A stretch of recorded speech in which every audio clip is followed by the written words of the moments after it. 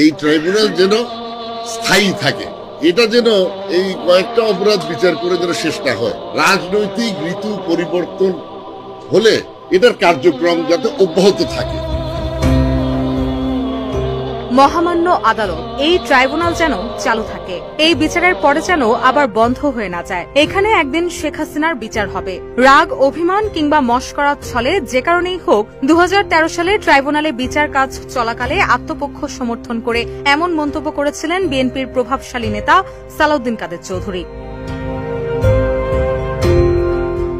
সে সময় সাকা চৌধুরীর এই বক্তব্য অনেকে ঠাট্টা মশকরা করেছিল, অনেকে গুরুত্বই দেয়নি। তবে ইতিহাস বড্ড নির্মম। ধমক খেলে চুপ থাকে, সুযোগ পেলে সত্য কথা বলে।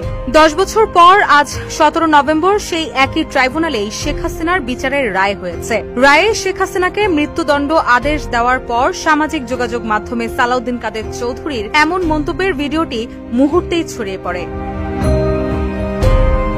ঠিক 10 বছর আগে এই নভেম্বর মাসেই মানবতা বিরোধী অপরাধে মৃত্যুদণ্ড কার্যকর হয় সাকা চৌধুরীর। দীর্ঘ বিচারিক প্রক্রিয়ার শেষে তৎকালীন আওয়ামী লীগ সরকার তার ফাঁসি কার্যকর করে। যদিও আন্তর্জাতিক অপরাধ ট্রাইব্যুনালে তার বিচার প্রক্রিয়া নিয়ে তখনই প্রশ্ন উঠেছিল। সাকা চৌধুরী নিজেও ট্রাইব্যুনালে নির্দোষ দাবি করে বক্তব্য দেন। সাবেক 6 বারের এই সংসদ সদস্যের সেই বক্তব্য নতুন করে ভাইরাল হয়েছে সামাজিক যোগাযোগ মাধ্যমে। 17 নভেম্বর গত বছরের জুলাই আগস্টে মানবতা বিরোধী অপরাধের মামলায় ক্ষমতাচ্যুত সাবেক প্রধানমন্ত্রী শেখ হাসিনার মৃত্যুদণ্ডের রায় ঘোষণা করেছে ট্রাইব্যুনাল। টানা প্রায় 15.5 বছর ক্ষমতা ধরে রাখা দোর্দণ্ড প্রভাবশালী শেখ হাসিনার ফাঁসির রায়ের পর অনেকে নানা প্রতিক্রিয়া জানাচ্ছেন। কেউ কেউ সালাউদ্দিন কাদের চৌধুরীর সেই বক্তব্য নতুন করে সামনে এনেছেন, যেখানে তিনি শেখ হাসিনার বিচার সম্পর্কে বলেছিলেন।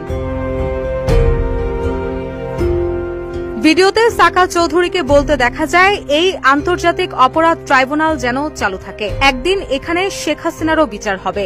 6 বারের সংসদ সদস্য সাকা চৌধুরী ছিলেন বিএনপির সর্বোচ্চ নীতি নির্ধারণী ফোরাম জাতীয় স্থায়ী কমিটির সদস্য। 2015 সালের 22 নভেম্বর ঢাকার কেন্দ্রীয় কারাগারে রাত 12টা 45 মিনিটে তার ফাঁসি কার্যকর করা হয়। রুশা সুর,